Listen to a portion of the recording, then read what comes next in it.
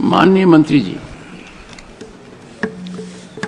Sir, जहां तक PSF का सवाल है, पीएसएफ का कंसेप्ट मोदी जी सत्ता संभालने के पहले ये देश में है ही नहीं था। ऐसे तो जो भी इन्फ्लेशन होता था, प्राइस राइज होता था, it was left to the God, जो होता है। लेकिन 2015-16 में under the guidance and the leadership of Prime Minister Shri Modi, we started the PSF fund, Price Stabilization Fund, and this Price Stabilization Fund के कारण, sir अगर बीच में politics करता है तो मैं पॉलिटिकल उत्तर देता हूं सर, आपके अनुमति से। माननीय मंत्री जी, सर आपके कथन से मैं सहमत नहीं हूं। सर, जयराम रमेश जी बीच में पॉलिटिक्स नहीं करते हैं, 24/7 पॉलिटिक्स करते हैं। Honourable minister.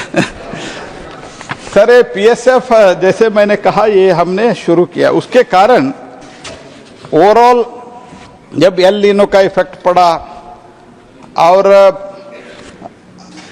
बीच में कोविड का कारण भी कई प्रोडक्शन कम हुआ और एक्सेस रेन हुआ, ये सब के बावजूद जब ओवरऑल प्राइस ज्यादा हुआ था, तब भी पीएसएफ के फंड के कारण हमने पीएसएफ में वो पीएसएफ और पीएसएस में जो खरीदते वो भी हम पीएसएफ में कन्वर्ट करते हैं, और कभी कभी हम मार्केट से भी खरीदते हैं।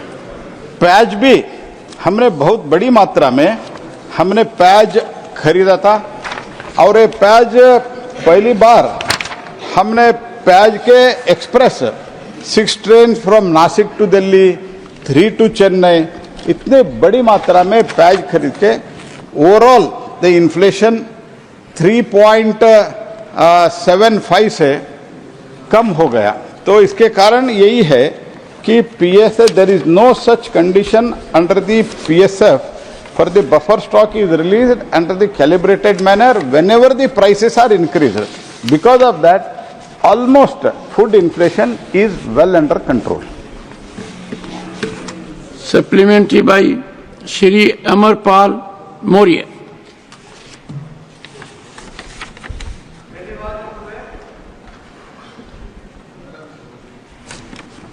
आज मुझे गर्व भी हो रहा है। पहले मैं सुनता था कि अनाज के लिए पहले हम दुनिया के देशों के सामने याचक की भूमिका में रहते थे, लेकिन आज भारत अनाज के उत्पादन में आत्मनिर्भर बना हुआ है।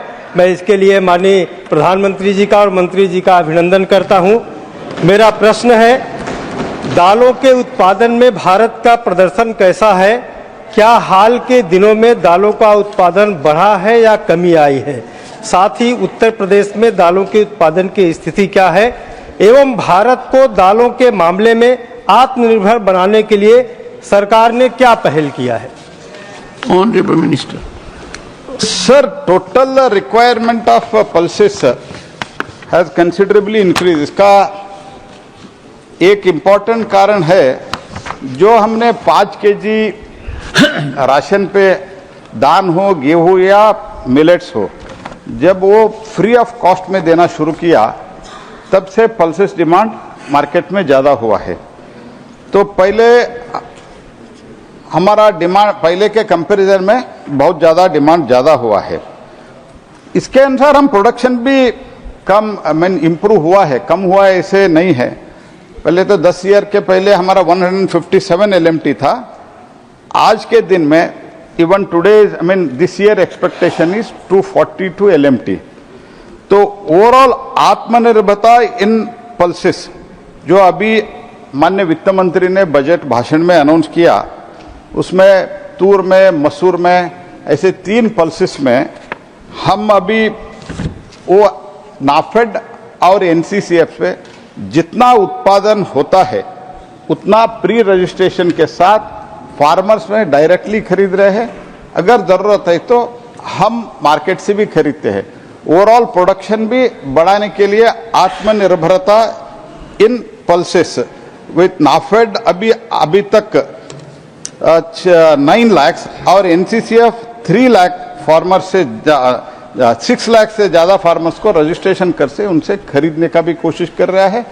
और इसके साथ ही साथ हमने और एक विषय बहुत इसमें इम्पोर्टेंट कदम लिया है, development and commercial availability of the climate resilient seeds. इसमें ज्यादा प्रोडक्टिविटी ज्यादा करने के लिए सीड्स का इंप्रूवमेंट के लिए भी कृषि मंत्रालय काम कर रहे हैं। एनहांसमेंट ऑफ प्रोटीन कंटेंट, उसमें प्रोटीन कंटेंट एनहांसमेंट करने के लिए काम कर रहे हैं। इंक्रीजिंग प्रोडक्टिविटी पर एकड़, वो हमारे बाकी देशों के कंपैरिजन में हमारा कम है, वो ज्यादा करने के लिए एग्रीकल्चरल मिनिस्ट्री कदम उठा रहे हैं। Improving the post harvest storage and the management and ये कर रहे हैं, assuring the remunerative prices to the farmers. तो ये 3, और इसके साथ ही साथ जैसे मैंने कहा, तूर, उड़द और मसूर जितने उत्पादन करते हैं उतना पूरा खरीदने का व्यवस्था हम करके, अगर मार्केट में प्राइस ज्यादा है वो मार्केट में बेच सकते हैं, मार्केट में कम होता है हम जितना ही रेट है हम खरीदते हैं, ये हमने निर्णय किया है। माननीय जया जी। Mantri ji, are you still importing pulses from other countries into our country, and from where and how many and which are the pulses? Thank you. Honorable Minister. Sir, pulses import का जब some of the pulses which are comparative, जैसे मैंने कहा 230 LMT is our production हो रहा है, 242 इस बार expectation है, 280 LMT इज आवर रिक्वायरमेंट। इसीलिए इंपोर्ट तो हो रहा है, इंपोर्ट में सरकार कोई इंपोर्ट नहीं खरीदते हैं, इंपोर्ट नहीं करते हैं, कुछ चीजें हमने without any import duty free रखा है। नहीं माननीय मंत्री जी, एक सेकंड, माननीय सदस्य जानना चाहती थी कि हम कितनी पल्सेज इंपोर्ट कर रहे हैं और उनका स्रोत क्या है। तो ये जानकारी अभी नहीं हो तो माननीय सदस्य को ये जानकारी उपलब्ध करा दी जाए।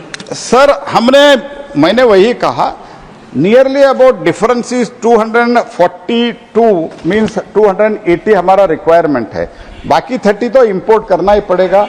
हम कभी भी चना इंपोर्ट करते हैं, तूर इंपोर्ट करते हैं, जहां से इंपोर्ट करते हैं मैं इंफॉर्मेशन उनको भेजता हूं, माननीय जया जी को, सदस्य को भेजता हूं। और मेरी भी एक मदद कीजिए जी। ये कहा जाता है ये मूंग और मसूर की दाल, इसकी सही व्याख्या क्या? मंत्री के पास जानकारी नहीं है क्या सर? जयराम जी, जयराम जी, जयराम जी, जयराम जी, जब आप भी इधर थे और अनेक बार ऐसा हुआ, नहीं सुनते कई बार कहते, the honourable minister is very well prepared, but if you ask statistics, and Jayaji is right in asking statistics, and I have ruled from the chair, the honorable minister will make available that information to Jayaji and also information to me कि ये मूंग मसूर की दाल कैसे हुई। मैंने उत्तर में भी कहा the difference is nearly about 30 to 40 LMT, इतना तो इंपोर्ट करना पड़ता है।